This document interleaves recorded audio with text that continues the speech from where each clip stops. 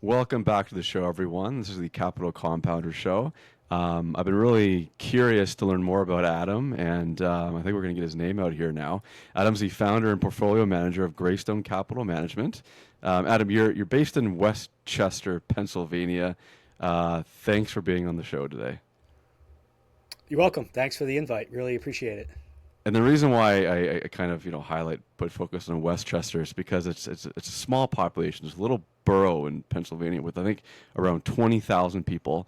Perhaps there was a time when, for example, Omaha, Nebraska, where Buffett grew up, and it remains today, was around that population. And there are advantages of being so far removed from Wall Street, from Bay Street. So talk to us about some of those advantages for being so far removed. Yeah, sure. It's a small, quiet, sleepy area, and it's perfect for value investing. And it's close to where I grew up, and so my sort of core network of family and friends are here, which is great. And I figured out, I think, from being here and growing up here, and just early on in life, that I'm not a city person, and so the New York City lifestyle or any big city lifestyle doesn't quite suit me. I like a little bit of a slower pace, and so it's perfect for that. And my hobbies outside of work and kids, which aren't many these days, include walking my dog and reading. And so there's lots of great hiking trails and parks and walking trails and places to sit and read quietly and think. And that fits, I think, perfectly with my personality. Absolutely, and with finding those next big ideas, right? And I believe you have an Australian Shepherd, which I think is one of the smartest dogs out there. Yeah, Yeah. he's a lot of work. He's going to be 5 in March and needs a lot of exercise, which is good for me. So plenty of walks during the week. Yeah. And people who don't know you are probably going to think, why the heck is Robin asking this next question? But let's settle the debate, Adam. Michael Jordan or LeBron James? Who's the greatest of all time? You know, if you asked me this question a few years ago, I would have said hands down Michael Jordan, and the answer is still MJ. But the length of time that LeBron has been playing and the level at which he's been playing makes it the gap not as wide as it was before. A good litmus test, I used to work in the NBA, which we might get into, but a good litmus test for this question is to ask scouts and professionals who they think is the favorite, and every single one of them, hands down, always says Jordan, the best player they've ever seen by far, the scariest player, the most feared, etc.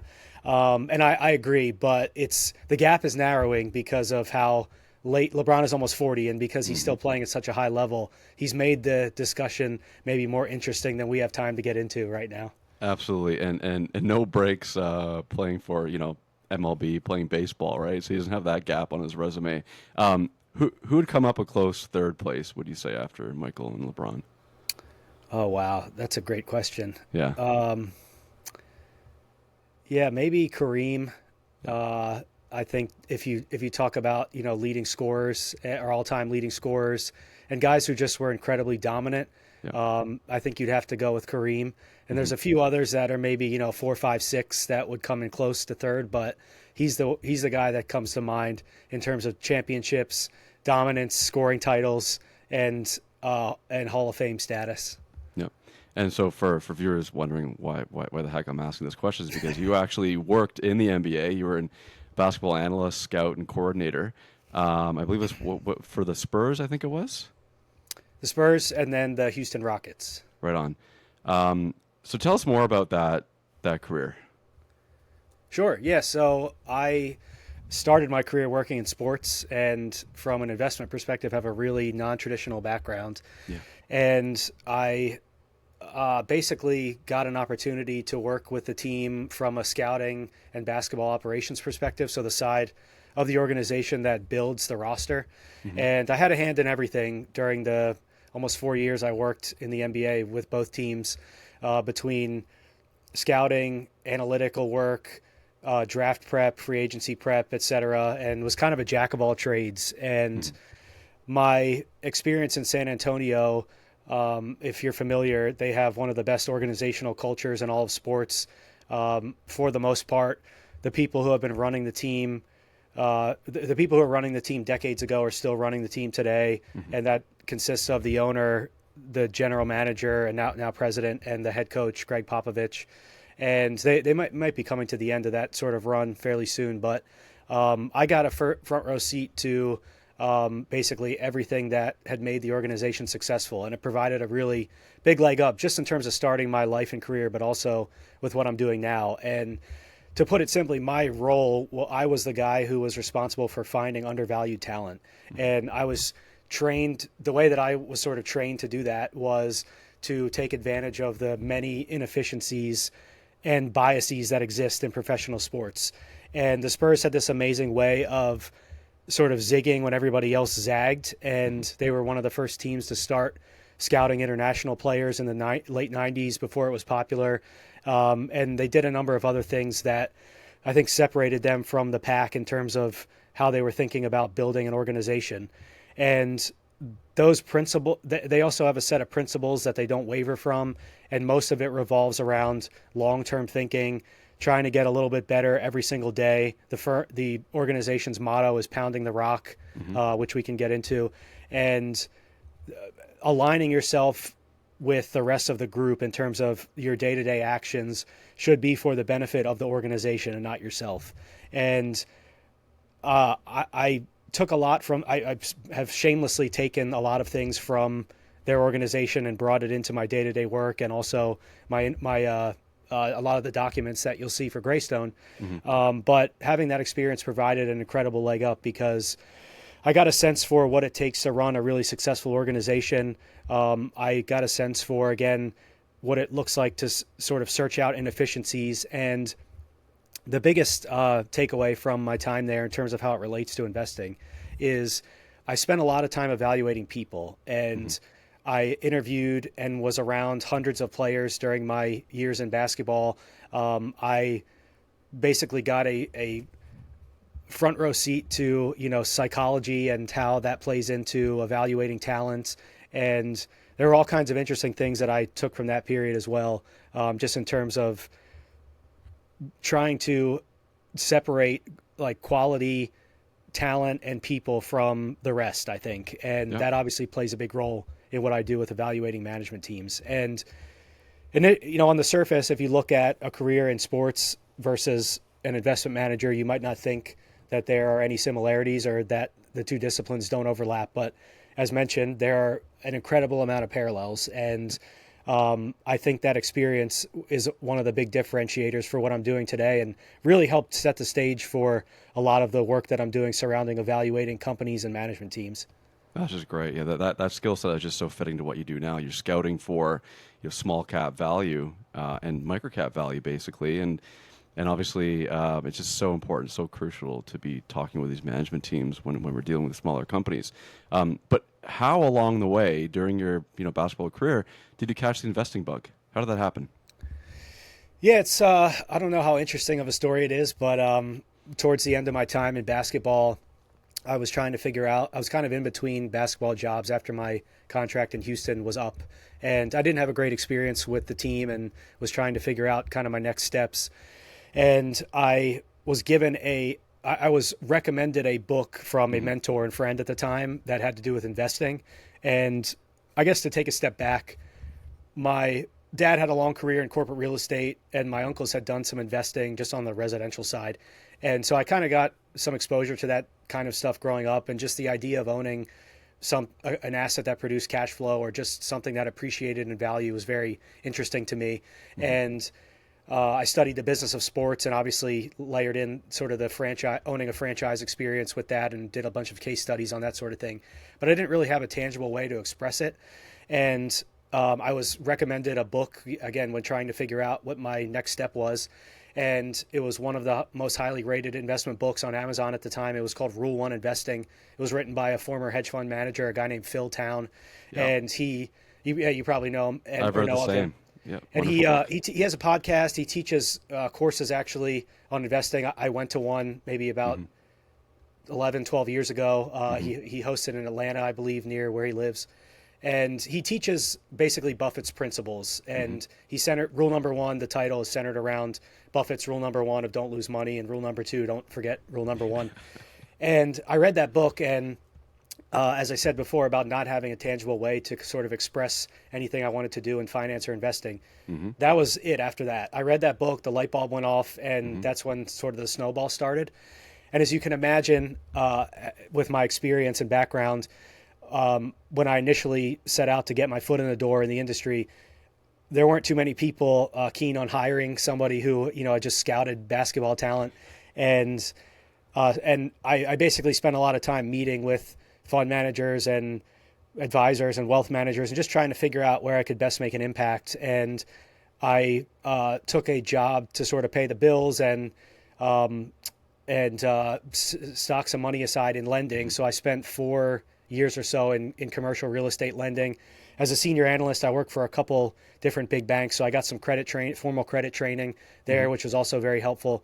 And during that time, I kind of figured out how to do those jobs in maybe 20, 25 hours a week. And I spent the rest of the time working on investing related stuff. And that was pre-kids. So I had all the free time in the world. And nights and weekends and most of the week was spent on investing. I was spending way more time thinking about stocks and businesses than my 9 to 5. And I started bugging friends and family at holidays and parties and whenever we got together about investing in stocks. And I convinced some people to let me manage some money for them and open up some brokerage accounts. And that was kind of the beginning of managing friends and family money. But I was still sort of trying to figure out how to get my foot in the door in terms of some formal experience.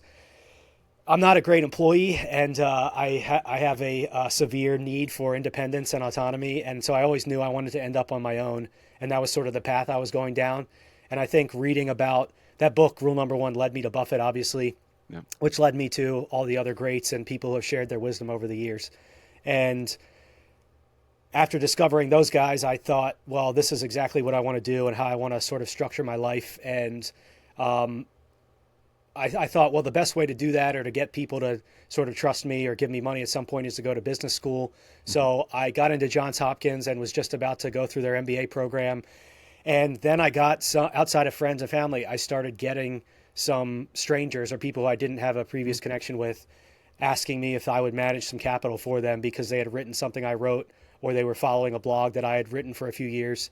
And that was sort of the catalyst, the soft or hard catalyst for launching Greystone. And I got everything set up, I think, during 2019 and went through that whole process and then kind of formally launched in the beginning of 2020. And so I was presented with, I was thrown right into the fire, I'll say, and presented with a very interesting market environment to get going. And that was sort of the beginning of the inception of the firm. And you touched on this, Adam, where you went around, it was a roadshow, it was a tour, basically, interviewing existing hedge fund managers. What were some of those lessons that you learned from talking with all these existing money managers?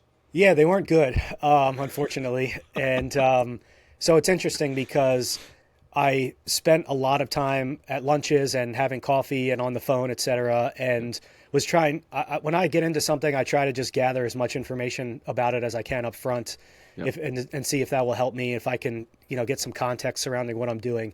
And that's what I tried to do here. And the aim was kind of to get a job, I think, initially. But what I walked away with after that process was that there were basically two buckets of people who I'd met. And there were those who were setting themselves up very well for long-term investment success and those who weren't. And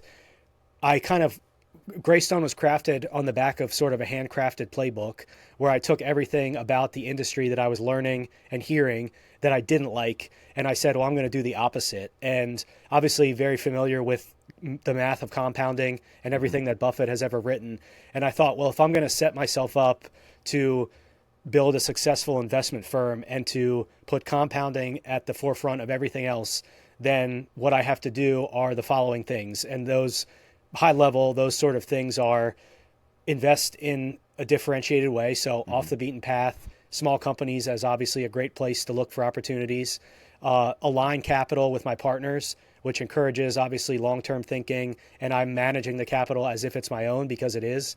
My and my family's net worth, 95% of it is invested in Greystone. So we eat our own cooking, adopting a long-term mindset. So really trying to think about stocks as ownership shares in businesses and using business results and growth and earnings as sort of my North Star for evaluating every single investment that I'm in and really adopting a long-term view. 3 to 5 years is how I try to think about a business initially, and then, re-underwrite as things change and as that time period goes on. And what I found was in the industry that there are very few people doing those things, especially when it came to sort of aligning capital. There are studies done on this about how a lot of investment managers don't have even $1 of their own capital invested in their strategies. And I just saw that on the I got a kind of a front row seat to that, and I saw that on the surface, and I thought it's just a terrible way to kind of start a partnership with somebody and try to get somebody to trust you. And I'm very big on that with Greystone and kind of what I'm doing, which is why I try to be very transparent in my letters and other things about what we own and why we own it and my thought processes around investing, because I really want people to understand how I think. And when you find something of mine that I've written, hopefully if you'd like to invest or allocate, it resonates with you. And that type of partner is what I'm kind of after, because they're self-selecting and they are sticky, and we can build a relationship with each other based on transparency and trust, et cetera. And so the high level is that I gathered a lot of information, a lot of it negative, and I thought, well, I can try to do the opposite and see what comes out the other side, and perhaps I can build an investment firm that, number one, I'm proud to operate, but number two, that puts results for partners above anything else. And that was kind of my way of expressing that. This is great. And your investor pitch deck, by the way, is top tier. I'm not being paid to say that. If anyone can get their hands on it, they should. It's very much your investor manual or blueprint. It's just stellar. In it, Adam, you say, quote, that your vision is to invest where others can't or won't. Let's dig a little bit deeper here. So what exactly do you mean by that? Sure. So the small cap and micro cap space, which is typically where I traffic for ideas, is obviously underfollowed. There are less eyeballs on these businesses, and I don't have to tell you, you've had many people on the show that have walked you through that. The guys at Donville Kent are a great example. That was a great episode.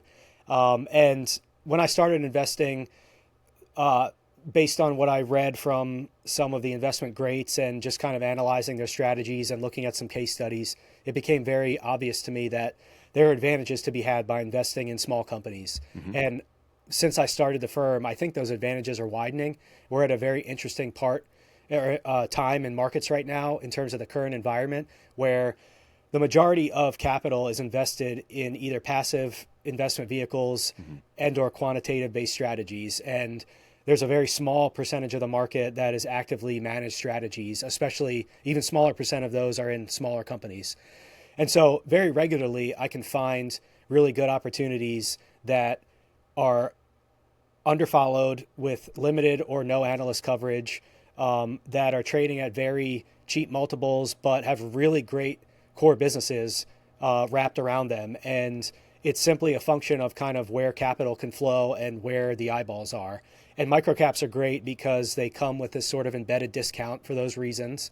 And small caps for the last at least 5 to 7 years have been severely overlooked for a lot of reasons. One, because passive exposure to small caps is not, the products for passive exposure are not great. The Russell is not the greatest. The Russell 2000 is not the greatest not the greatest thing to own, I think, if you're looking for small cap exposure.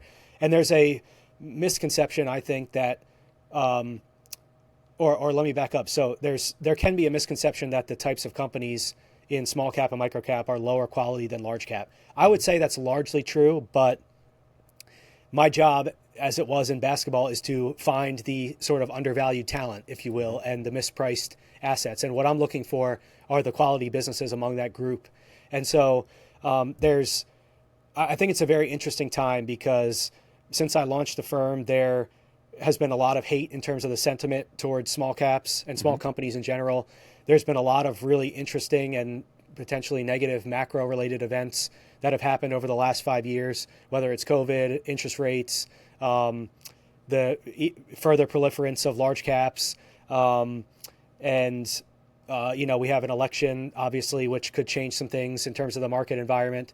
And there's a huge valuation spread between large cap companies and small. It's closed a little bit from, I would say, 2023, but still a wide disparity. And so the first 5 years of the strategy has gone well. I think it's been a very good environment. The next 5 years is obviously what matters at this point, and I think will also prove to or serve as a very interesting environment to sort of sift through for opportunities. So what I'm really looking for are companies that other people haven't kind of gotten their hands on, I guess, to answer your question. And I like valuation is not my first concern, but it's more business quality. And a lot of times larger companies, despite how high quality the businesses are trading at multiples that don't always allow me or where I can't really see earning the type of return that I want to get. And that makes it difficult to kind of sift through those businesses.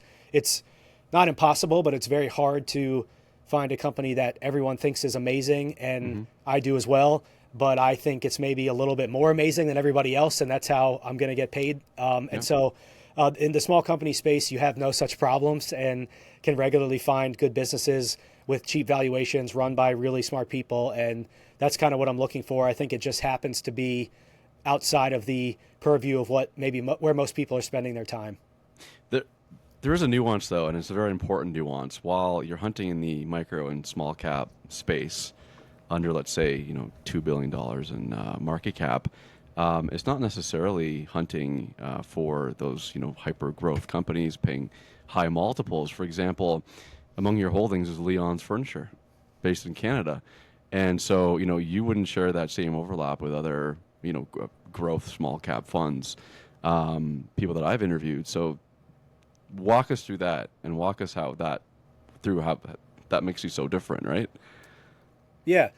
Well, Leon's is interesting because it's actually one of the larger companies in the portfolio by market cap, and you can make the argument that it's really not that small. I mean, it's almost a $2 billion market cap, but Leon's is interesting because there's sort of everything working against it in terms of the incremental buyer or sort of new eyeballs on the name. And the first thing is that the company is 70% owned by the founding family, and historically, family owner and operator led businesses can typically come with poor corporate governance and some other issues that keeps investors away. Leon's does not fit that bill, but I think on the surface that could maybe cause people to turn the other cheek, so to speak. And so float is limited. I think for float purposes, you're looking at, a $500 or $600 million company. So not everybody can own it, is the first thing. And in terms of the family ownership and control, until very recently, there were family members who are running the business as well. And they've done an amazing job. They've been excellent stewards of capital, and they've been excellent operators. They recently hired, for the first time ever, a non-family member CEO. And that was in late 2021.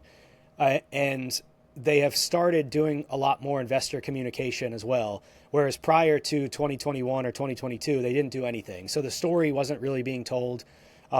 Management's what management was trying to accomplish wasn't really being told. And I think in today's day and age, you can obviously get sell-side coverage, which they've done a nice job of doing over the last few years. But investors sometimes need to be spoon-fed what's going to happen with the business. How fast are you going to grow organically? Where are your margins going to be? What sort of cash flow are you going to generate? And when you have a company that is too small for most to get involved and their management isn't really saying anything or communicating, they don't hold quarterly calls or anything, it can be difficult for people to get involved, maybe with that lack of transparency. But the great thing about small caps and micro caps, another great thing is the access that they provide. And so I was in Toronto last month. I spent time with Leon's management in person, got to tour the area where their real estate is, the head office, et cetera. And usually with most companies that I invest in, management is just that. They're a phone call or an email away. And you can do some of that stuff with large caps, but if I called Apple, there would be no shot of me ever speaking with Tim Cook. And I just like the idea of building a relationship with the management team and getting to know them as people and how they think about the company and if we're aligned in terms of the way we do things. And Leon's is no different. So they just started doing that, which is good, but they really haven't. That hasn't been a historical thing. So there's not a whole lot of track record there to go back and read the historical results. And then there's a lot of moving parts with the business. So they have this large unmonetized portfolio of real estate that they're going to IPO at some point in the next, I would say, 12 to 24 months. Maybe not 12, 18 to 24 months. They have other unmonetized acres of land that they could either parcel off or develop, which is also in the plans. And then they have this really interesting, high quality, durable furniture business that has been operating in different forms, obviously, for the past 100 years. The company was founded in 1909 by the founding Leon, and he's had 11 children, and I think each of those children also had a lot of children, and almost all of those family members have had a role in the business. And so they've just been excellent operators. Obviously, furniture is a very tough industry. It's a retail business that I think that keeps people away as well. It may look unattractive from the surface, but Leon's is the market share leader in Canada. And if you study the history of big box stores in the country, you see that over time, starting, if you look back a few decades ago, most of these businesses, excuse me, they end up taking all the market share, and they're very dominant. It's similar and also different than the U.S., and Leon's is no different. I think over time they can continue to grow their market share. I think there will be opportunities as other furniture retailers struggle either to acquire some things on the cheap or, again, just absorb some of those incremental sales. And they also can grow organically very nicely. I think they'll do 3 to 4% growth into the foreseeable future. They seem to do better than everybody else in very tough industry environments. We're going through a very tough industry environment right now, both in the U.S. and Canada for furniture. And so all those things put together creates, I think, the perfect storm of why would I touch this thing or look at this business or whatever. But from where I'm sitting, however you slice it, Leon's is incredibly mispriced or undervalued. And you have all of these interesting angles or sort of levers to pull to win or to make money. And I'm really excited about watching this management team over the next 3 to 5 years to see what they can accomplish.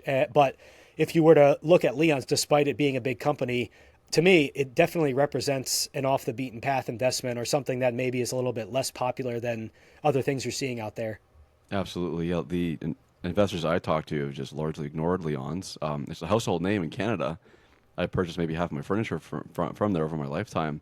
But it almost sounds like your version of Nebraska Furniture Mart, right, Adam? It's basically a lesson learned from Buffett, and he just loves that asset that he purchased.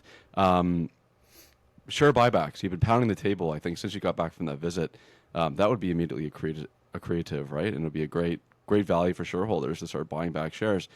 Is that something that you think will accelerate soon with Leon's under new management? So I think Leon's has a number of options here, and it may depend on. They do have a net cash balance sheet, which is also unusual for a brick and mortar furniture retail business. Yeah. Debt-free, net cash, and they could use some of that to buy back stock. They are making some investments in the business. They're going to optimize some stores. They're going to centralize their distribution. They're currently working on that right now, and I think the distribution centralization will go a long way to bolster margins. Right now, if you're buying furniture between Leon's and the Brick, the way their logistics are set up is sometimes they have to use multiple trucks to get to the same place or area. And again, centralizing their distribution would help solve that problem, among other things, and make their cost structure a little bit better. So I'm looking forward to that. I think it's something they can accomplish over the next few years, and will have the benefit of providing a little bit of margin uplift. But when they IPO their real estate, they're going to receive, depending on the ownership structure and the amount that they retain, they're going to receive a large pile of cash from that as well. And the business itself, because they're not growing the store base, they're going to open a select few locations here and there. But because they're not opening this, increasing the store base, they don't really have too many reinvestment needs. And it's not the most capital intensive business. Excuse me. There's obviously some maintenance CapEx, but they'll be able to take some of that cash and do really positive things in terms of capital allocation with it. And pardon me. One of the ideas I had was obviously to buy back stock.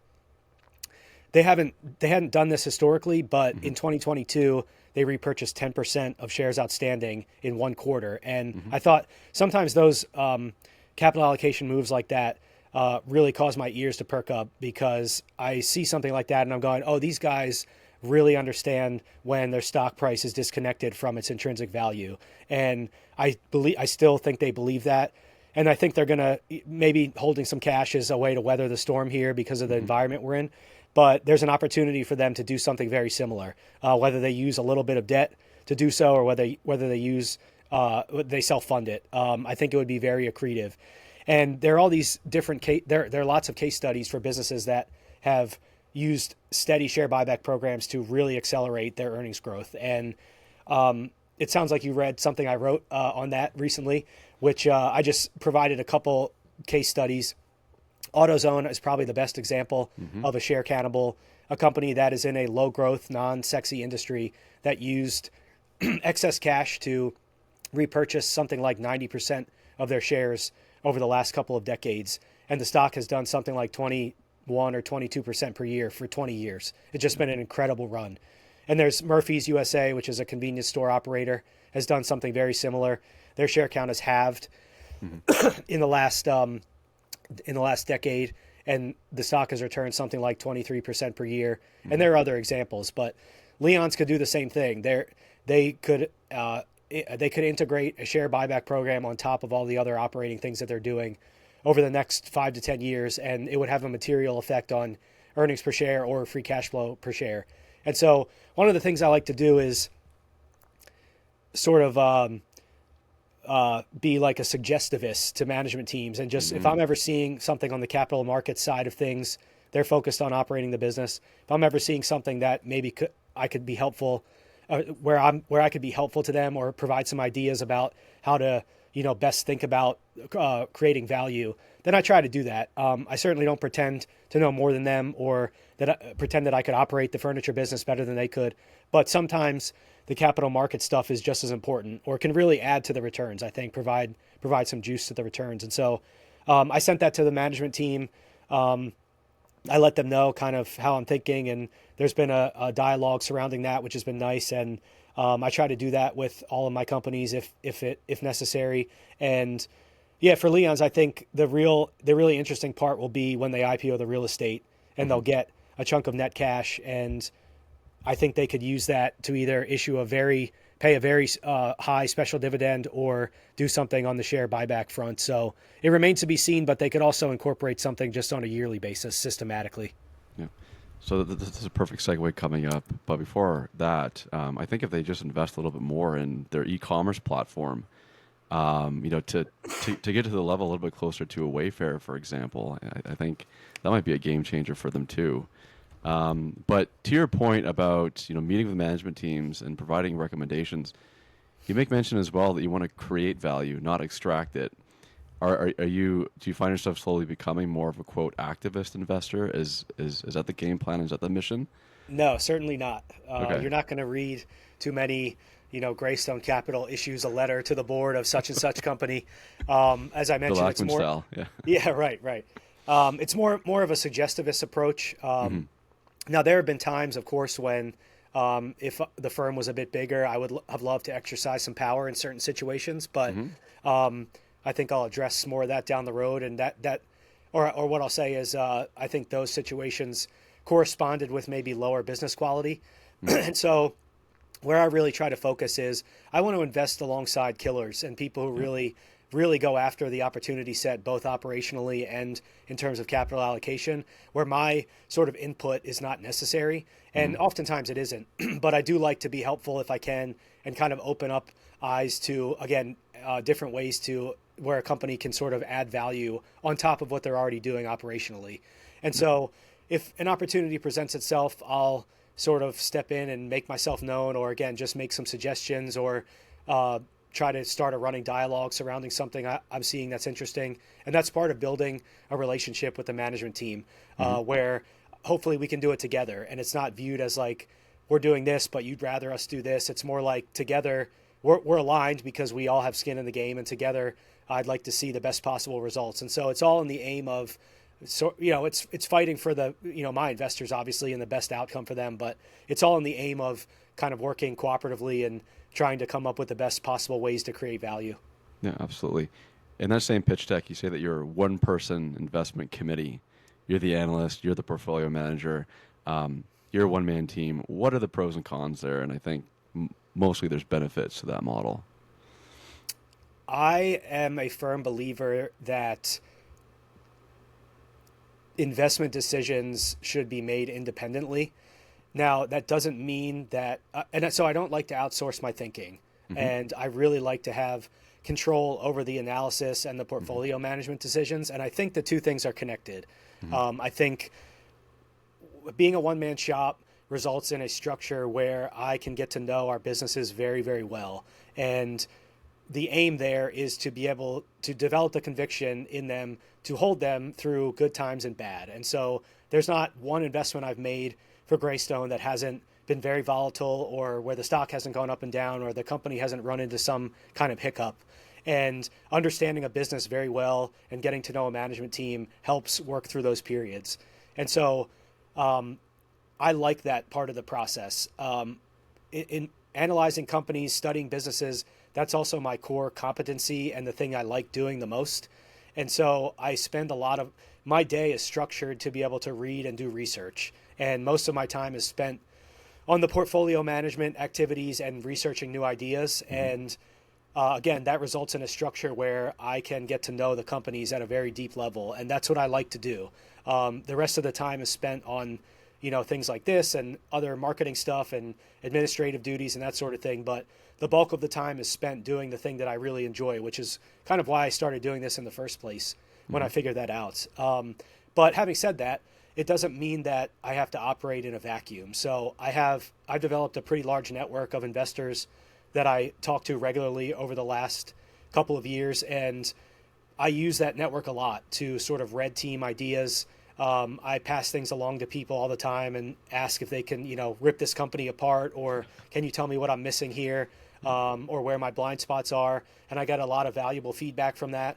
I think sharing research and write-ups online is also very valuable, because the criticism and feedback that can come from that process can also be very telling. If I submit a write-up or a piece of research and something comes and somebody comments on it, here's what you're overlooking, or you're going to get, crushed in this industry because of XYZ, and I can't immediately mitigate those risks, then I obviously don't know the business or the situation well enough. And so I spend a lot of time trying to combat my biases through those avenues and talking to people and sharing ideas and making sure that I just don't get too excited about an idea and then let it kind of run away, let myself run away with it and not kind of have those biases in check. And so outside of that too, outside of my network, there's also a process I go through, obviously with a checklist, but also just when I find an idea that I think I like, there's a large process or lengthy process I go to before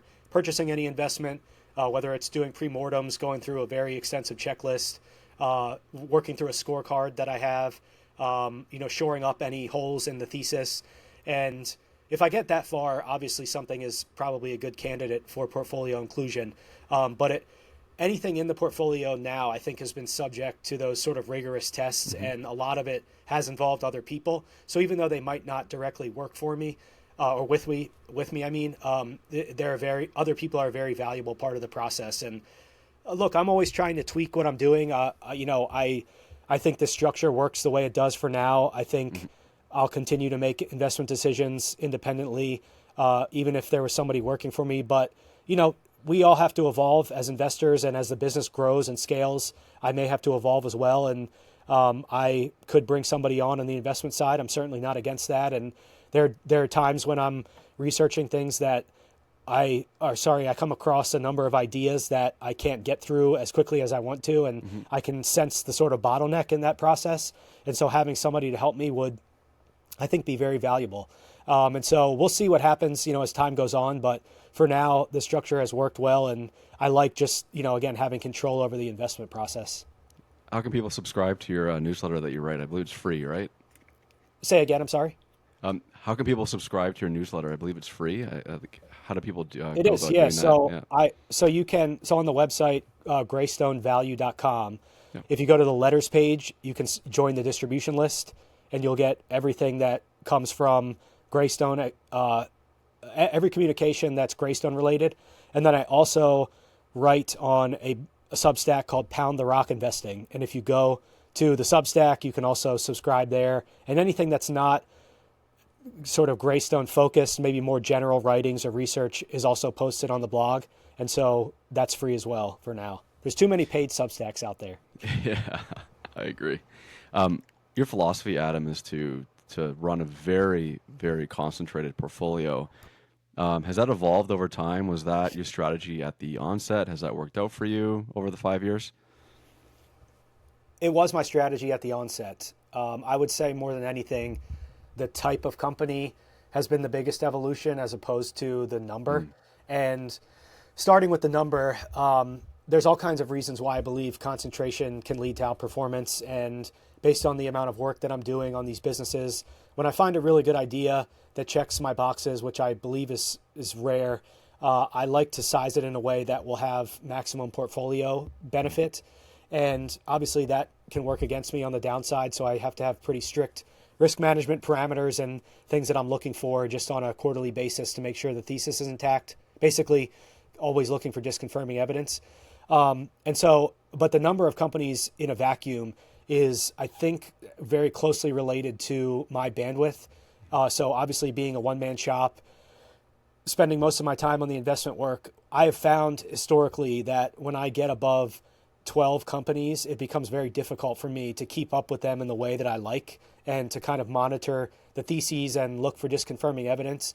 And so that 10 to 12 number is that's a very nice sort of sweet spot for me. And it's not too far off from where things were when I launched. I think I got up to as high as maybe 15 or 16, and then obviously realized that from a resource and bandwidth perspective, it wasn't a great feel for me. It wasn't a great fit. And I also spent a lot of time thinking about the bottom of the portfolio, or sort of the back end, and why I shouldn't just own more of companies 1, 2, 3, and 4 versus 14, 15, and 16. And so after some soul searching on that, I think I landed on that sort of 10 to 12 number as a sweet spot. And that's kind of where I've sat for a while. But the day one portfolio for Greystone was made up of what I'd say is statistically cheap microcaps, and the business quality probably wasn't where it is today, and probably wasn't where I needed it to be. And over the years, I've evolved to want to own much more higher quality businesses with much better management teams. And I've always had a strong focus on people, but getting to know the people behind the businesses is really important to me. And in small companies, having a great management team can really drive returns in a way that is very different from large caps, for example. And so having a more qualitative focus on the business itself, the company, the competitive position, the unit economics, whether those are sustainable, and then the people behind the company, whether they're aligned with us, do they have skin in the game, how do they think about operating and capital allocation. Those have become the sort of forefront or focus of my research process, as opposed to, I had this company growing 20% and it's trading at 6 times and it's going to work out great because it's cheap and the business isn't great, the management's okay, but this is worth 2x, and I'm going to do well here. That was kind of the day one portfolio for Greystone, with some nuance, obviously. And so, yeah, the concentration is not going to change. And it also depends on the opportunity set, is the final thing I'll say. Sometimes when there are a lot of opportunities available, it does make sense to maybe own some more stocks than typical. But then if other companies at the top end of the portfolio, the top 5, let's say, appreciate, there's maybe an opportunity to add to those, or to own where the top 5 is maybe a little more concentrated and there's less companies in the portfolio overall. So it's a very dynamic approach, very flexible, and I'm really trying to weight the portfolio in the best possible way in terms of the risk reward and sort of forward IRRs. And it is quantitative, but I think it's iterative, I think, over time. Yeah. So 10 to 12 positions on average. We talked about Leon's being one of the positions, Canadian company. At the onset in year one, were you fishing in Canada? How did that come to be? Yeah, it's a great question. There's just I think Canada is a fertile hunting ground for ideas, and there's lots of reasons for that. namely because the capital markets structure is very different from the US. It's a lot smaller and it's very mining, resource focused. You could educate me on, what it is more than I could talk about here. But as a result of that, I think there are times when service businesses or B2B companies or really good companies that don't fit that mold of like large and also in mining or resources, they get overlooked. And so if you're in the microcap space, I don't think, which is where I started, I don't think you can operate there without making your way to Canada in some way and finding all of the cheap companies that trade on the venture exchange or wherever on the TSX, et cetera. So I think it was a natural progression from, I'm seeing other people talk about this area of finding ideas. I'm seeing other people write up Canadian companies. I should just spend some time here. And I've had a lot of success owning companies that trade in Canada, but do most of their business in the US and maybe trade over the counter in the US. And for obvious reasons, some of the things we talked about, those companies can be available for very fair valuations, or they're very mispriced, maybe because they trade over the counter, or they're smaller, or they're viewed as Canadian, or the million other reasons why they could be mispriced. But I think it was just a natural progression of kind of where I was looking. And then as I learned more about Canadian capital markets and had some successes there, I think it just became a natural way for me to kind of like constantly keep updated on what I'm seeing there. And again, just looking for ideas in that area. And there's 3 companies in the portfolio now that are Canadian or Canadian adjacent. And so it's definitely, it will be a big part of what I'm doing into the foreseeable future, unless something drastic changes. It does feel like a treasure hunt, doesn't it? And the power of the U.S. dollar helps. It definitely benefits Sure. when you're hunting in Canada. Absolutely. And you're based in the U.S. What was your first Canadian investment? Do you remember?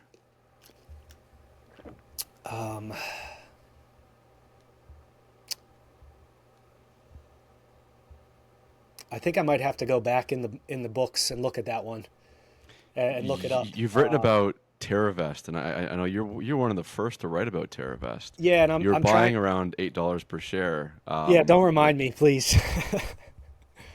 I'm not sure if it was the first, but we can use that as an example. Yeah, and kudos to you. I've also interviewed Francois Rochon, and he writes in his annual newsletter. He has a section, the Podium of Errors, and I think he says it, he's the first one to say it, that this is just how he evolves, how he gets better.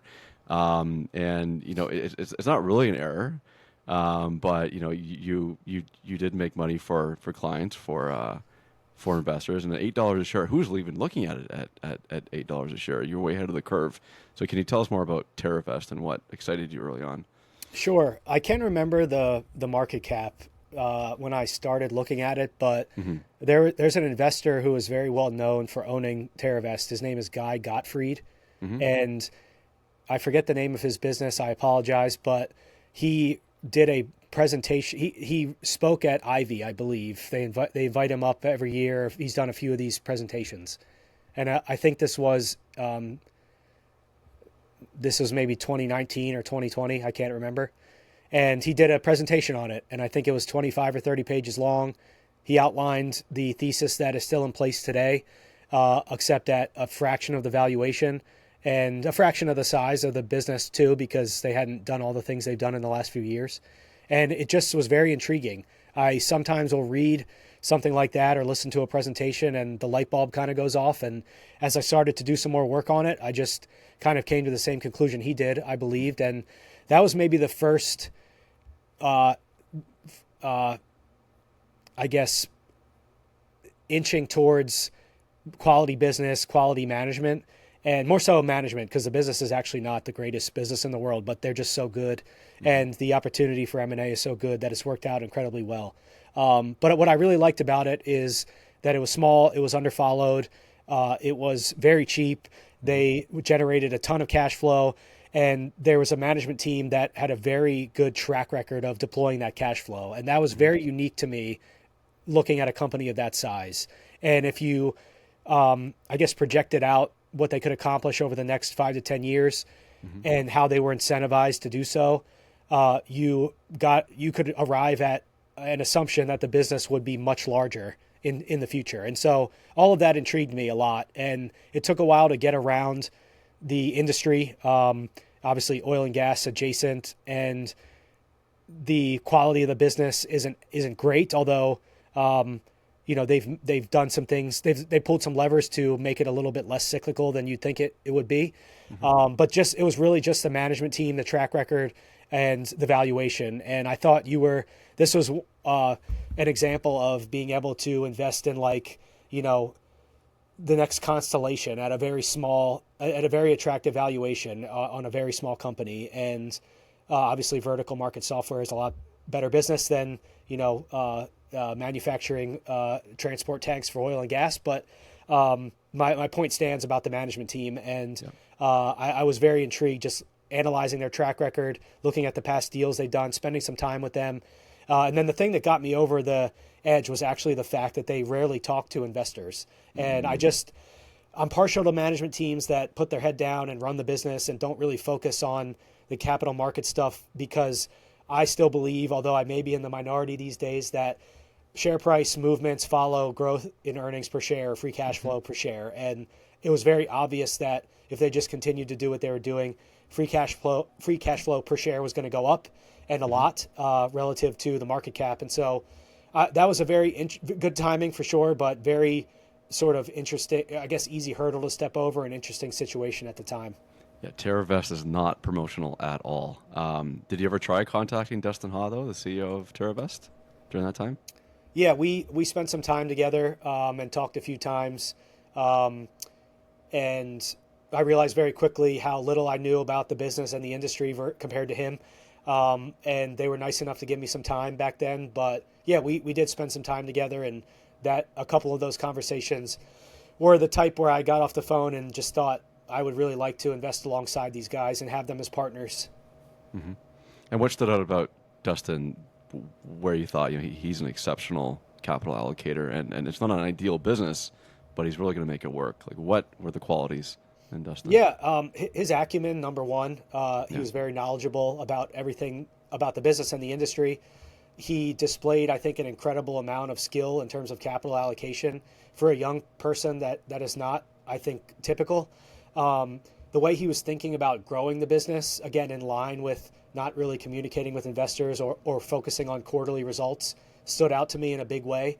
And how, this isn't really him, but how his compensation package was structured and how incentivized he was to do well for himself, obviously, was a big factor.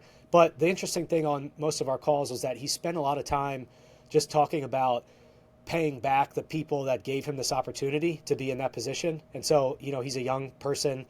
He's running this business. You don't always see that. And so he just kept saying that his duty is to reward the people who gave him that shot, and he's trying to do very well for them and shareholders, et cetera. And obviously that sentence is easy to say, and you have to line that up with what somebody's actually doing, and they have to follow up with that. In their case, they had a track record, I think, that pointed to doing exactly that. And so when I heard that, it was very interesting, because going back to my basketball experience, one of the things that floated around the hallways in San Antonio was working really hard to move the organization forward, because we all feel so lucky to get an opportunity to do this for a living, and we would like to do right by the organization. And so there's a little bit of pattern recognition there that kicked in, and I started hearing a little bit of Spurs-related talk there. Obviously more subjective than objective, but it really resonated with me, and I think it just highlighted that he would be a great long-term partner. And I was right and didn't take advantage of being right, because obviously I sold the stock, but and it's not about me being right, but he has been a great long-term partner to shareholders. And before I ask you why you sold, I just want to say this, and again, I'm not being paid to say it, but your firm has done incredibly well. Greystone, I believe, his annualized returns are 24% over 5 years. And that means that you've beaten the SP 500. You've easily trounced the Russell. And so let's go back to that question now with that little segue there. Why did you ultimately sell, Adam, out of TerraVest? Because I'm stupid. That's why. That's the answer. I think I justified some story about valuation being different from when I purchased the company, and the stock had done very well. I think think it went from $8 or $9 to 20 or 25 or something. Yep. And I think I bought a little bit back when it floated back down to 12 or something, and bought a little bit back and then sold it shortly after when it went up again. And I think at the time there were two reasons. One is I think I incorrectly justified the valuation had changed, and I was a little bit leery about the industry, and that contributed. And then the other was there were so many good opportunities that I was seeing that I thought were better and were cheaper at the time that I could own, and so that contributed as well. But obviously looking at the 4 or 5 year return and the chart, obviously, and what they've accomplished, I was very wrong. And I spent a lot of time on it a year or two after I sold it again, and just probably anchored to some original price or something, and didn't budge on what I thought was fair value at the time in terms of re-entering the position, which was also a mistake. And so I screwed up a lot of times with that one, but it was a combination of, I think, valuation and then other things I wanted to own. Absolutely fair. There's opportunity in crisis, and you mentioned this briefly, that you started at an interesting time, 2020, in earnest. The firm, there's a major drawdown in microcap, small cap land, let's say 2021 through 2023.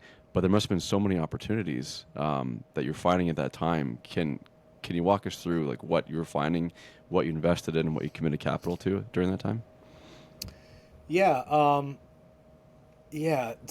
There were a lot of opportunities, and it was definitely different than COVID, I think, where obviously you got this sort of fast snapback. And I think what was different was that the frameworks that had worked for a really long time leading up to interest rate cuts and that sort of thing were being abandoned because the dynamics of the environment were changing, and it changed very rapidly. I think it was the fastest interest rate increase in a few decades. Within like 9 months or something had happened.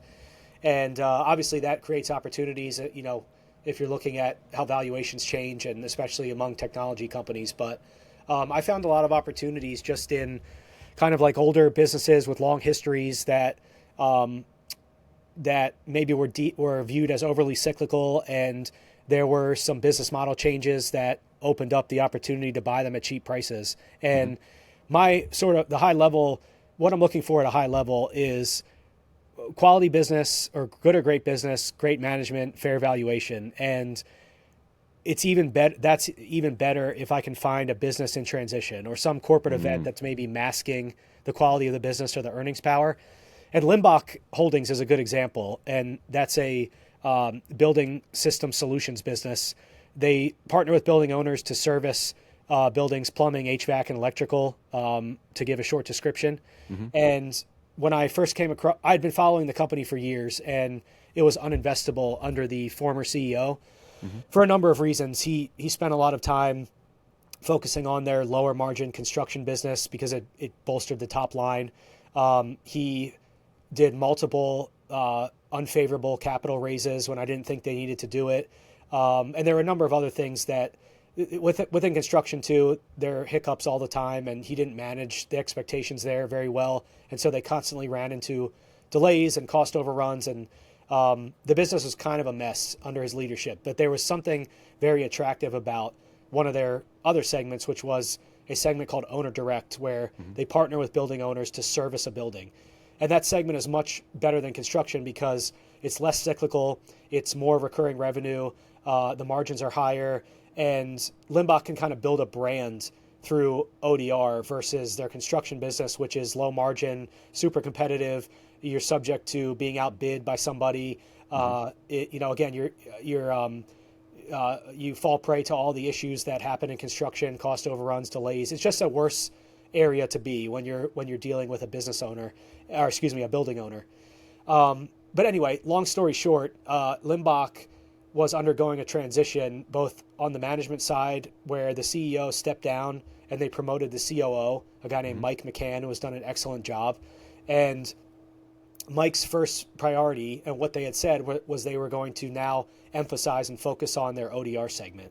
And at the time I invested, I believe the mix between their general contractor segment, we'll call it GCR, and ODR, I think it was 60-40 GCR ODR, maybe 70-30. And today it's basically flipped. So now it's we're approaching 70% ODR and 30% GCR. And that business mix shift has had the effect of completely transforming the business. The margins have gone up. The company's returned to growth a little bit. They're gushing cash now. The business is less cyclical. There's more recurring revenue there. There's better opportunities for growth. I mean, everything you could possibly imagine that you would want to see from legacy Limbach to today has happened. And they're in a really interesting position. The stock has run up a lot and has worked very well, but they're in an interesting position today because now they can take the excess cash flow from their ODR segment or just the business in general, and they can buy industrial businesses industrial services companies between 3 to 5 times EBITDA, which has the effect of increasing free cash flow per share. So in addition to all their ODR organic growth opportunities that they have to add new services, to grow their geographically, to cross-sell and upsell, they also have this M&A angle, which I think they just started kicking the tires on in the last couple of years. So last year, I think they spent maybe 50 million on M&A in the last 2 years. Last year was around 30. I think they can get maybe 3 to 4 deals over the line per year moving forward here and maybe spend a similar amount, 40, 50 million per year, acquiring the companies at low multiples of EBITDA, integrating them into the businesses, expanding geographically, and then using their services to kind of grow organically is a really interesting playbook. I don't think Limbach is a roll-up per se because they have a lot of organic opportunity still as well. But as the mix continues to shift more towards ODR, I think they want to get to 80-20 as they continue to roll up some service businesses. I think the stock can move a lot higher from here, and it's gotten a lot more expensive. I mean, I skipped a few steps where I got involved. I think it was trading at like 5 times EBITDA or something, and the market cap was around maybe 250 million. And I thought within 5 years they could do 50 million, maybe 60 million in EBITDA in sort of like a blue sky scenario. And they're going to approach 70 this year. And so obviously, and they've been on a nice sort of beat and raise cadence over the last maybe 6 quarters. I don't think that will continue, but and so the stock has worked out very well in regards to that, but there's still a really interesting opportunity there. And to answer your original question, I think that was just one of the situations where during, there was a combination of market downturn, people worried about the economy and construction, but also the business specific issues, management change, which was a positive, and a business mix shift, which is, I think, maybe the perfect storm of what I look for in terms of an opportunity. Yes. The ODR business is very good. So you have a good core business, you have some corporate changes or special situation like events, and you have an opportunity to buy it, when people are very worried about the economy or just, there's a lot of macro fear. So that's a good example of one that's, I think, worked out well, and hopefully, there will be more like it in the coming years. Companies at a turning point is your secret sauce. I think we're seeing that now. And another example would be a TSX listed company, medical facilities. So tell us about that turning point that you caught early and how that's materializing, how they're unlocking value. Yeah, Sylogist was very interesting as well. A lot of moving parts there, and this is, even before I got involved, this was an excellent business. So Sylogist is a software company that sells ERP, CRM, and other software to nonprofit organizations, along with government organizations and schools. And if you look at, there are a lot of public market comps, not exactly apples to apples, but companies like Blackbaud and Tyler Technologies. If you look at their businesses, they're incredibly durable, they're countercyclical, they're recurring revenue, they're high margin, they gush free cash flow and have great cash flow conversion characteristics. And the fundamentals of these companies are excellent, and they're really, really sticky. If you sell ERP or CRM software or government software, you're churning probably less than 4% per year. And you just have this no matter what you do, by the way, you just have this incredibly long runway for growth. And I saw Sylogist in the same mold as those companies. Again, not apples to apples. But when I got involved, they were going through a lot of changes where they, the prior version of the business was very high margin. They had like 40 or 45% EBITDA margins. they were managing the company for cash flow, and they were doing a lot of M&A. And the prior management team was paid on a percentage of free cash flow. That's how they were compensated. I don't think I've ever seen that before. And so naturally, they were incentivized to manage for free cash flow. And they weren't investing in the business despite having this really attractive product set and sort of white space to grow into. And then I think, without saying it out loud or publicly, because maybe they're Canadian and everyone's nice, I think a large fund who was involved at the time sort of saw the writing on the wall, and they took some steps to get the old management team out the door. And at the time, their goal was to run a strategic review of the company and get it sold. They did that. They had a lot of suitors, but the issue was, because the prior management team had not reinvested in the business at all, they were potential acquiring parties were very worried that the customers would just leave if the business changed hands. And that was probably not the worst assumption that they could make, because the prior management team didn't even invest in things like customer support. So if you wanted to call the company, if your product or service had an issue, you couldn't even reach anybody. And so this also coincided with COVID, where technology adoption in the nonprofit space and government space, for a variety of reasons, was accelerating significantly. And this has been an area where technology adoption was very low historically. I kind of liken it to maybe like a Rent-A-Center or an Aaron's, where technology adoption was very low at one point, and now you have all these fintech, buy now, pay later companies, and it's become adopted very quickly. And you've seen how that's transformed some of these companies in the industry. And I kind of saw the same thing happening, or you see the same thing happening now in the nonprofit space. And Sylogist was in a great position because they had a stable base of customers, or what I thought was stable. They had a great product set, and I think the other parties involved saw that, and they emerged from the strategic review basically saying that the best path forward is to operate the business and to try to grow it organically. And there was somebody that helped them with the strategic review that is now the current CEO, a guy named Bill Wood. He's a 20-plus year veteran in the software space. He was one of the founding members of Blackbaud. He's previously run and sold two software businesses, one to private equity, the other to Constellation Software. And so he has a lot of experience in the space. And when it came to find a new CEO, a new management team, he was kind of the natural progression, because he had already gotten to know the board, and it probably became very evident, his experience.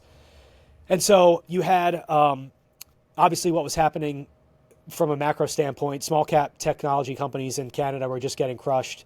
You have a management change here. You have a strategic review. You have a strategy shift. You know, the prior management team paid a big dividend, didn't reinvest in the business. Bill Wood and team came out and said, we're cutting the dividend and we're going to reinvest in the company so we can grow organically, because we see XYZ opportunity to reinvest and to grow. We have a significant white space to sell our product. So they basically turned the entire company around, and they made the product better. They repaired all the relationships with the customers. They've added new products and services. They've taken margins down a bit, still massively profit or cash flow generative, but they've taken margins down to reinvest in things like R&D and sales and marketing. And now today Sylogist is a completely different business than it was 3 or 4 years ago, or I'll say 5 years ago. And it's a better business. It's more durable. There's more visibility into the company. And the most important thing is that their organic recurring software subscription revenue is growing significantly today, versus when I got involved, it was negative.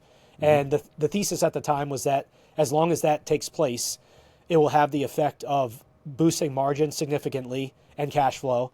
The business will become more valuable because it will be more recurring revenue at higher margin and more durable. Churn will be low, which it is in all of these types of businesses, and that's proven correct. And the use their markets are less.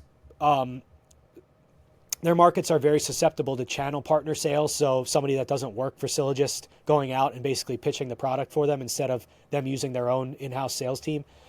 As their channel partner strategy takes off, which is something that has been in development for a while, that will also have the effect of increasing margins, and you'll start to see some operating leverage that is inherent in all of these types of businesses. And so between the growth, between the turnaround, the cash flow, the quality of this business, the growth runway, the white space, there's a real chance that over time, Sylogist could become a compounder as they grow their revenues in the 20 to 25% range, and operating leverage kicks in, and then they can take the excess cash flow and either reinvest in the business as they're doing to enter into some new market segments, or they can do things like buy back stock, do some more M&A. They made a couple acquisitions a few years ago that have been home runs. And so there's a lot of ways to win here, I think. And the high level is that the business itself is just an excellent one. And it trades at a fraction of the valuation of its peers. I think it's right now between 12 and 13 times EBITDA. That's growing nicely. Whereas Tyler, Blackbaud trade at, I think Blackbaud's at like 16 or 17 times, and Tyler's at maybe 25 or something. There's a couple other comps as well, but I feel very good about what they can accomplish over the next 3 to 5 years, despite the fact that the previous 5 have been excellent. And what was the starting point, though, of your discovery process of Sylogist? Before getting into all the research, obviously, I'm curious. It was a combination of things. So I was looking at very high quality software or software related businesses that fit certain criteria. And I don't really use screens as part of my idea search, but I was screening for a couple things just to look at some stuff that I thought was very attractive. And given the beaten down valuations during COVID, or excuse me, during 2022 and 23, I had a list of companies that I was kind of working through. And then I did kind of like I found Sylogist, and then I did kind of a broad search to see if anybody was talking about it or if I could find anything like publicly available. And that led me to Pender Fund, who I think wrote like a small snippet about the business in, I think it was maybe their Q3 21 or Q2 21 letter. I can't remember. And the snippet alone was enough to get me interested. And I started studying the company and examining all the changes, and the snowball just kind of started rolling down the hill from there. That's super interesting. So it's obviously also clear that you're not focused on any particular industry. We've gone from furniture to propane, to this, to software, and then to the next portfolio company. I believe it's still in your portfolio is medical facilities. So can you kind of walk us through the discovery process and then your thesis and what the catalyst is? Because the run-up has been very nice in the stock chart. Yeah, medical facilities caught my attention because I read a press release about the company buying back a significant amount of stock through a tender, and they did that during 2020, late 21 or early 22, I can't remember. And that caught my eye, and I started reading about the business and the situation. And for those that don't know, medical facilities operates a portfolio of hospitals in the U.S., and they have 3 now because they just sold one, which I'll get into in a second, but they had 4 core hospitals in areas like North Dakota, South Dakota, and Oklahoma. The hospitals themselves are surgical hospitals that are exposed to procedures with very nice tailwinds behind them, like orthopedic related things. And they have been in operation for between all of the hospitals, I think between like 25 and 40 years. They've won multiple awards for patient and doctor satisfaction, and they have a very unique model, which I don't believe exists anymore post-Obama, which is they partner with the physicians in the hospital and give them equity stakes in the facilities. And the hospitals are operated obviously by the physicians, and medical facilities does all of the administrative back office sort of corporate work. And they split, the splits are different between each hospital, but somewhere between 51 and 60% is what medical facilities owns of the hospitals, and the doctors own the rest. And that's a really interesting structure because it really incentivizes the doctors to obviously like turn the patient count, but also increases employee tenure. And you've seen that across each of their hospitals. But the hospitals themselves are excellent businesses. They have, with the exception of the Oklahoma one, they have 25% operating margins. Again, they're incredibly durable. They grow 3 to 4% per year in terms of patient volumes. And it was very clear after doing some initial work on the company. But when I got involved, there were a lot of moving parts, including the buyback, where previously, like Sylogist, the company was run very poorly by a prior management team. And despite the fact that it's a very simple business and you don't really have to do much to earn a return, The prior management team wanted to do a bunch of M&A. They started buying surgical centers, which did not add to profitability, but bloated the asset base. They took on a bunch of debt to do it, or a little bit of debt to do it. And it just didn't work out well. And you had a Canadian fund activist come in, somebody who typically, I think, traffics in like oil and gas. And they got involved, and they ended up replacing the management team and the board. And they brought in somebody today. The CEO's name is Jason Redmond. He's done an excellent job. And they made the mandate very clear. It was stop doing M&A, get the cost structure of the hospitals in line. And there's reasons why it was bloated. They basically overstaffed every single one of the hospitals in the portfolio. Get the cost structure in line, operate the hospitals for profitability and cash flow, and then use all the excess cash flow to buy back stock. And I think in this case, it's management listened, and they've done all those things. And it's very rare to see a management team do exactly what they should be doing, which is basically the most simple thing to do with excess cash, and that is buy back stock. And when I got involved, medical facilities, for a number of reasons, number one, all the changes, but also there were some things running through the profit and loss, the income statement, that obscured the earnings power of the business that I think were being overlooked. And for those reasons, you could buy medical facilities for like between 3 to 5 times free cash flow, or something incredibly cheap. And they were taking all that excess cash and they were buying back stock. So you were effectively getting like a 14 to 18% or something return just from them repurchasing shares. And then there was optionality if they could get the cost structure down and they could continue their sort of 3 to 4% growth, then cash flow would increase. And that's exactly what happened. During COVID, all their costs ballooned, obviously, especially labor. People went, obviously the demand for nurses went through the roof, so they could basically, they had to basically pay whatever the market demanded, which was not good. Also, their costs of drugs and supplies went through the roof. Mm-hmm. And so I kind of viewed that as not permanent. I'm not sure how much insight I had into that. I tried to do a bunch of work around it, but the cost did come down and normalize a bit. And they also did an excellent job of lowering corporate costs significantly.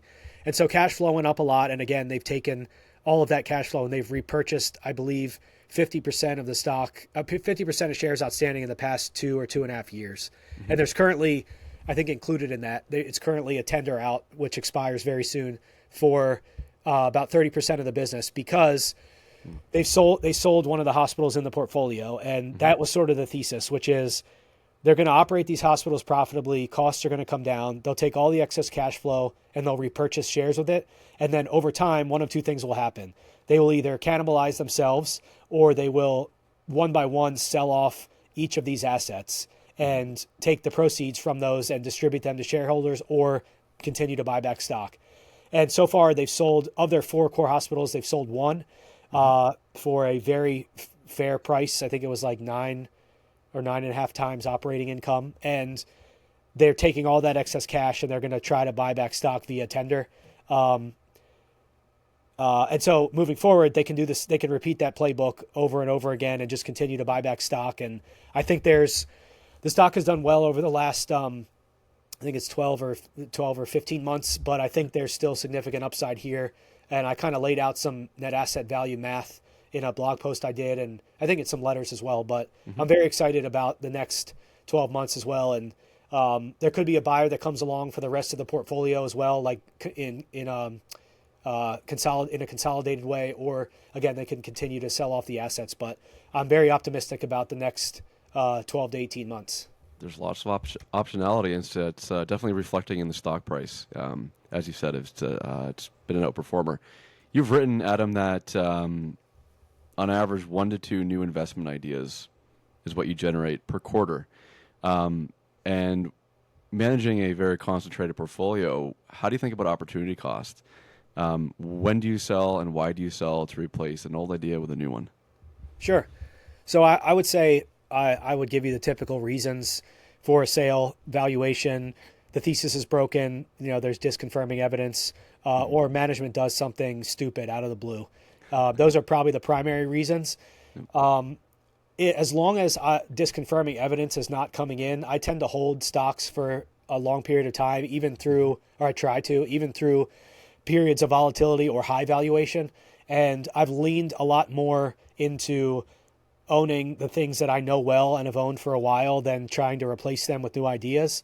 And there's pros and cons to that approach. There are times when something like Limbach is maybe, if you looked at the headline valuation, is probably the most expensive, I say that in quotes, expensive stock in the portfolio just from headline valuation. The math that I have indicates that will come down over time, but I can certainly find things that are cheaper than that and that I think are interesting. I'm looking at some right now. But in order to replace Limbach, there's a high hurdle there, and there's a lot that those companies have to go through, and sometimes it just takes time. There's the opportunity cost. I try to slow down and be patient. And so when thinking about finding new ideas and opportunity cost, I always have to come back to what's in the portfolio currently, and why not just own more of that? It's things that I like, things that I know well, things that aren't trading at absurd valuations.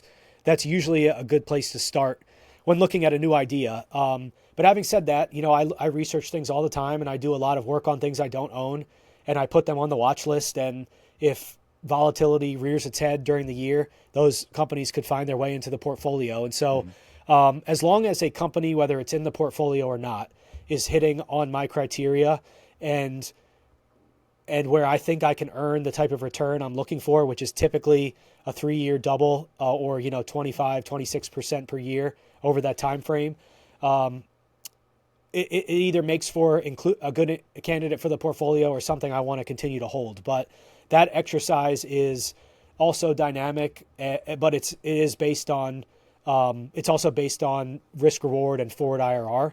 And so, yeah, I mean, there's it depends is the answer, but with the companies even that are maybe that climb up in valuation or work their way up there, whereas like Limbach is trading at 5 times or 6 times when I got involved, that's no longer the case. But the story has changed. It's now a better business. They now have a different opportunity set. They have other ways to grow. They finally ignited the M&A engine. And so again, as long as disconfirming evidence is not coming in, I tend to be a little bit more patient these days. Having said that, I will cut bait with something very quickly if I feel it necessary. It just depends. Probably not a great answer, but it's dynamic. It was a great answer, and that's the beauty about the market. It's very dynamic. There's no science. It's more art. When you do initiate a new position in a portfolio, do you buy at size? Do you buy at your target size, or will you average up over time? Totally curious here. What do you do? These days, I typically average up over time. Okay. I'd like to say that's the result of a lot of hard lessons learned, whereas early on I was very aggressive and would have no problem with a 10 to 12% position at cost. But now my process for getting to know, I often get to know our businesses much better after I own them and follow them for some time. And there's obviously something to be said about having some skin in the game and real dollars behind your ideas as opposed to just following them or watching along. For me, it opens up the due diligence and kind of the maintenance work in a way that I couldn't have otherwise if I didn't own it.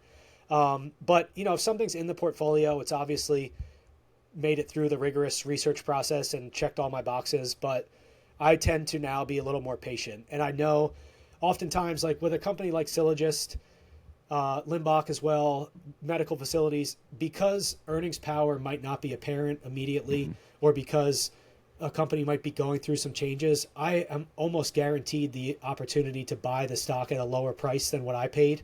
And I have no insight into that, obviously, or no predictive ability, but it happens all the time. And if the near-term outlook is a little bit fuzzy, I am more than okay with that, but I just know that the stock could be volatile. And so I know by being patient, it allows me to not force myself into the position where something becomes a 10% position, it goes down 20%. Now I'm forced to buy more because the position was so big. Now it's a even larger percentage of the portfolio, but I'm already down a significant amount, and it just gets me into this kind of funk where I just try to avoid. And obviously, I could buy a company at 10% position and have it go straight up and to the right. That would be nice, but typically I'm a little more patient these days. And if you look across the portfolio, even after some companies have worked well, there's always an opportunity to buy the stock at a lower price, almost always. And with Sylogist, I think I started buying it at $5 and change US, I believe, and within very short order, it went to $3 or $3.50. Medical facilities was the same thing. I think I started buying it around $5 and change or $6.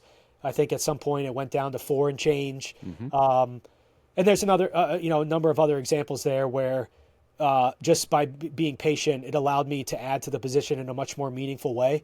And then as time goes on and the management team executes, I have no problem with averaging up. And if I'm seeing what I like to be seeing, which was the case with those companies, I can buy more at a little bit higher price, and I'm okay with that. And so again, another dynamic part of another dynamic process, but I'm much more patient these days and tend to kind of build a position over time versus go all in, with exception. Yeah. Let's get to know your idea funnel a little bit better. Tell us what you mean by study list versus watch list. Sure. So pretty simple. The watch list is a list of companies that I've done some work on and may move them to a different part of the research process if they hit on a certain valuation target, or if I see something come through operationally or in terms of execution that piques my interest. And those businesses I've followed for a while, I've gotten to know, some of which I've done pretty deep, extensive work on. And that list is larger than the study list, which is companies that, for a number of reasons, have really passed my filters or criteria, and I want to get to know them a lot better. And during the year, if I have any free time and have not sort of done work or kept up with some of those companies, I will take a bunch of time to pick one off and really get to know it. And then I can either obviously keep moving forward or eliminate it from consideration. And so the study list is, I think, just a smaller filtered set of businesses that have gone from the watch list to maybe a little bit deeper research, or they've piqued my interest in a way that makes me want to do more work on them that's a little more time sensitive. I love that. So you can prioritize your time. Can you share some of the Canadian names that are on your study list? On my study list, you said? Yeah. Yeah, Matter Corp is one. I don't know if you're familiar with them. Very intrigued by that business. In full disclosure, I don't own it currently. Another company that is obviously going through a lot of changes. I think it's a little bit of a complicated story. They have 4 different business segments. They do all kinds of different industrial things. Their 2 main businesses are providing wire and cable in harsh environments and spoolable pipe. Both of those businesses are actually very good businesses. And then they have 2 other segments where they manufacture storage tanks and oil and gas tanks for both water and oil and gas. And they have a heat shrinking tube business where they manufacture a type of tube that goes over wires to prevent them from being set on fire. Those businesses aren't excellent, but a smaller piece of the larger story. And Matter Corp also underwent a management change a few years ago. The CEO has done a very good job from what I can tell. He has very strong ambitions for the business moving forward, and it's available at a very cheap valuation. I don't think I've had the time to really sit down and go through my process with Matter the way that I typically do, and that mainly revolves around talking to people, finding customers, competitors, suppliers, and people within the industry that can really help me understand what reality is. And so I'm looking forward to doing that at some point soon, and I think other priorities have gotten in the way. But that's one that I have already spent a lot of time on, and clearly made it from the like, oh, this is interesting, to I should really kick the tires on this kind of list. Yeah. Because you mentioned it, you only spend about 10% of your time, you say, studying up on publicly available information. Your edge is, I think, for the other 90%, the bulk of it, which is, you hinted at this, site visits, channel checks. We already talked about, talking to management. But tell us more about like channel checks, for example. Do you have stories to share? Like how do you go about doing that? Sure. It's I think it's a very manual, labor-intensive process, and honestly, one of the differentiators for me. And I would say, for the most part, you can get, or I would say for my research process, probably 10 to 15% of it is going through all of the publicly available information So the filings, the conference call transcripts, the presentations, and then the remaining 85-90% is putting boots on the ground and doing what's called primary research, which is talking to people, and that's really how you get to understand a business. And so I spend a lot of time, I use the expert call networks and other services when I can, but I spend a lot of time sourcing my own experts. And that can come from competitors, that can come from reading trade journals or magazines, that can come from LinkedIn. That can I use private businesses to due diligence public markets a lot. There's been a number of businesses where I found adjacent businesses or people who know the industry just locally. So I'll get in the car and I'll ask them for some time and try to offer, some research in return, or I'll let them know what I'm going for when I'm finished, just to try to have some kind of exchange. But oftentimes I found people love to talk about their companies and their industries, and they're willing to give me time. And so I spend a lot of time doing that. That's become, I think, a bigger part of my process over the years. And so like for Sylogist, for example, one of the things I wanted to determine more than anything was how high is the value prop for their product or service to nonprofits? Yeah. Like, why can't you just manage your budget or your donor information or your accounts in Excel or something along those lines? And I also wanted to find out if their customers were heading for the exits. So I spent a lot of time with customers, and even more so than that, I spent time visiting maybe like 20 or 25 nonprofits all over the place. Wow. Big ones, small ones, ones that do all kinds of different things, ones that have large budgets and small budgets. And that process led me to the realization that obviously the adoption of technology was increasing really significantly in the space, and that an ERP system, CRM stuff, fund accounting, donor accounting was critical to the day-to-day workflow of these nonprofits. And that gave me a decent understanding of what sort of the white space was, and how maybe how churn would play out, and kind of like how sticky these products are. And sometimes when I do that stuff, it can result in a differentiated insight of some sort that's not being priced in to the numbers, and I'm trying to find some kind of qualitative insight. Sometimes it doesn't lead to that, but it does help bolster my knowledge of a company or an industry. And so I'm really trying to combine those two things when I do the primary work. And I get frustrated because I will get through the publicly available stuff, and then I'll say to myself, like, all right, great, I'm done that, but I know nothing about the business or the industry. And so now I actually have to go out and figure out what reality is, so to speak. And so I spend just a lot of time speaking to actual people and trying to get some information as close to the business or the industry as possible, if that makes sense. You're the real deal, Adam. Like I'm seeing Phil Fisher reincarnated, honestly, like reading common stocks on uncommon profits, scuttlebutting, sleuthing, right? Just asking around. This is amazing. This is like old school, but you brought it back and I'm loving it. Let's see what else we have here. In your deck, which people need to get their hands on, you have a whole page basically saying what you avoid. Company characteristics and management characteristics. And I love it. You mentioned that who you avoid altogether are what you call, quote, entrenched thinkers. What do you mean by that? You said entrenched thinkers? Entrenched thinkers, like management teams who you just... Yeah, the prior management team for Sylogist would be a great example of that.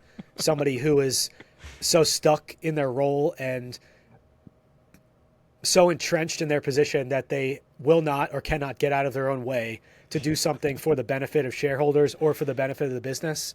Yep. And I just am very partial to management teams who are flexible and iterative and do what's best regardless of what it means for them personally. And obviously that's where alignment and skin in the game come in, because if a management team owns a lot of stock and the stock does well, obviously they do well, and so do we. And so I like that setup a lot better. But yeah, I just really, the high level there is trying to avoid bad management teams and ones that are not on our side, do not treat our capital like their own, are not our partners, and where they are compensated in a way that where they win, where heads they win and tails they don't lose much. And so I just try to avoid that overall. And that also filters in or creeps into, I think, the quality of the business. If I can find a good business with a really good management team, or even a sensible management team that is running the business the right way, that's a good combination. And the good thing is the bad ones and the entrenched thinkers and the ones who are never going to change what they're doing despite all the value destruction, they're very easy to find and identify. If I shorted stocks, I would have a whole portfolio of those types of people. I don't, so I don't have a portfolio of those types of people, but they're easy to find and avoid, I think, at the same time. Interesting. Have we missed talking about any of your top 5 holdings, or have we touched on all of them? I feel that maybe we missed one or two. Yeah, most of them. Yeah, most of them, with the exception of one, I think, which is Natural Resource Partners. And I just wrote about this in my Q4 letter. Natural Resource Partners is a coal royalty business, and they have Coal. Yeah, coal. Okay, so let's hear about this. Okay. Sure. So kind of we could talk for a while about this, but they're a coal royalty business, and they own 13 million acres of mineral rights where the underlying commodity is coal, and they lease out their properties to coal producers, and they're paid a royalty on the gross revenue per ton of coal mined. And NRP is very interesting because it's a royalty business. It has incredible fundamentals, like 90% free cash flow margins. There's unbelievable durability and resilience here. Over the last 20 years, through all different coal price environments, they've had 0 years of negative free cash flow. It's very different from a producer that's subject to nasty operating leverage and is at the whims of the price of coal. And it just offers a much higher quality business that's much more durable and can make it through various coal price environments. But the most interesting aspect of NRP to me is that years ago, this is becoming a theme with me, as you can tell, but there was the prior management team operated the business horribly. And it's a very simple business. All you have to do is collect your royalties and sit on your butt and do nothing. And the prior management team, I guess, couldn't help themselves. And they started doing a bunch of M&A, and they bought a bunch of adjacent mineral rights companies and oil and gas stuff and aggregates businesses that bloated the asset base but did not contribute to profitability. And they took on a ton of debt to do so. And this was prior to 2015, 2016, which was one of the worst environments for coal that has taken place over the last few decades. And so leading up to that period, they got themselves into a bunch of trouble. Shortly after that period, they almost filed for bankruptcy. Obviously, if the price of coal drops, they suffer, and all the other commodity type businesses that they bought suffered as well. And so they were bailed out. They had to be bailed out by some distressed debt firms. They took on a bunch of onerous debt, preferred stock, warrants, that sort of thing, and they survived. But over they got rid of the management team, and they kind of found religion on what they wanted to do. And over the last 8 years, they've been maniacally focused on paying down debt and becoming a debt-free business. And that's a theme in the coal space now because of the lack of investment. Historically, if you wanted to mine for new capacity or bring on new capacity, you could tap the capital markets, or if you got into trouble, you could refinance your debt. If you have eyes and ears, you've seen that there's a lack of investment in coal given the anti-ESG implications and the fact that it's not good for the environment. Unfortunately, coal is not going anywhere anytime soon, but that's not maybe the narrative that's out there. So a lot of the producers themselves now find themselves with net cash balance sheets, and they're gushing free cash flow, and they're returning a lot of that capital. And the industry itself has transformed completely from where it was a few years ago because of that sort of lack of investment and inability to rely on anybody but themselves. And so that benefits NRP, obviously, but the important point is that as NRP has paid down their debt, they've telegraphed this for 7 or 8 years, where they've said, once we are debt-free, we are going to distribute all of our excess cash to unit holders. I say unit holders because NRP is structured as a limited partnership, so it's an MLP. And MLPs are taxed very differently than C Corps, and there's a number of different things to discuss there, which we don't have to get into, but I think that's also why NRP is so cheap, or why it was available for so cheap. But the high level is that there's this sort of, I would say, short-term catalyst, but also a very long-term runway for compounding, because once they're debt-free, or even maybe before the debt balance hits zero, they're going to take all their excess cash flow and they're going to distribute it to unit holders. Now, NRP the market cap of NRP is around 1.2 billion. And if you take the average free cash flow number over the last 20 years, you're looking 10 or 20 years, you're looking at around 200 million in free cash flow. Obviously, that number will fluctuate each year as the price of coal fluctuates, but on average, it's a very, very significant relative to the market cap of the business. And even in the worst coal price environment imaginable, 2016, 2019 was rough, 2020 during COVID when mines had to shut down, NRP still generated significant amounts of cash flow. And that was levered free cash flow. So they were paying significant amounts of interest. So their cash flow, whether the price of coal goes up or down in the future, is going to go up by about 100 million in very short order. And that's on top of the stability of the cash flow that they currently have. And so what's the free cash flow yield on 200? I can't do the math because I'm slow right now. Yeah, it's close to a 20% free cash flow yield. And again, that number will fluctuate year to year. But with 40 or 50 years of reserves in the ground, and NRP partnered with some of the lowest cost producers in the space, and we didn't even get into the types of coal that they on which they collect royalties, but most of their revenues and volumes are tied to metallurgical coal, which is very different from thermal coal, which is used for electricity generation. Met coal is not going anywhere anytime soon. It's used in the steel making process. And so if you look out at this sort of like runway that they have to generate cash, you're talking about potentially decades, and all of it is coming back to unit holders. And I think what's going to happen is over the next few years, they will either buy back a significant amount of units. They will continue to distribute excess cash flow to unit holders. The units themselves, once the distribution becomes more steady, will likely re-rate to the historical distribution yield, or maybe a distribution yield in line with other MLPs, at which point the units themselves will likely double or more. And then you still have this incredibly long runway for cash flow generation. So when I came across NRP, I knew nothing about coal. It took me a long time to get up to speed. I still don't feel like I am, where I need to be, but I spent a lot of time on it. I've talked to a lot of people. I have done a lot of work, and that's all fine. But I still wouldn't get involved with a producer or a business that mines the coal. Those are very cheap as well, and the runways for growth there are very significant. Warrior Met Coal is a very interesting producer. I think it's like a 3 billion market cap. They're bringing on some new capacity. When that mine is fully ramped up, I think they're going to be generating close to $1 billion in free cash flow. It's a $3 billion market cap. There are crazy situations you can find in this industry right now, but I'm too worried about what the price of coal does to their operations, and everybody's cost structure has gone up after COVID, et cetera. So anyway, I like the royalty model much better. It's much more durable. It's much more resilient, and less, NRP kind of controls their own fate right now. And so when I came across it, one of the more, I would say, asymmetric opportunities that I've ever seen. And interesting. I think it's very interesting if you just kind of look out over the next few years in terms of how it could play out. Was it Monish Pabrai? Because he's been investing in coal for a while. Did he encourage you to actually look into the industry? I don't believe he owns NRP. Okay. I know that he has been very heavy into coal since maybe 2021 or whenever the time frame was. We don't know each other personally, but it's interesting to see because he looks for bargains all over the place. He's been in steel, he's been in semis, he's been in places where you just kind of get the ick factor, and he's done very contrarian.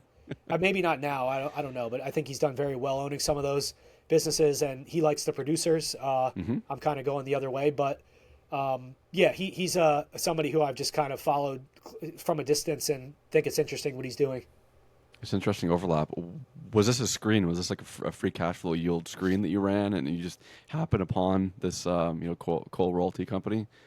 No, so for some reason I'm seeing a lot of royalty businesses being written up and talked about in the sort of my environment or universe right now.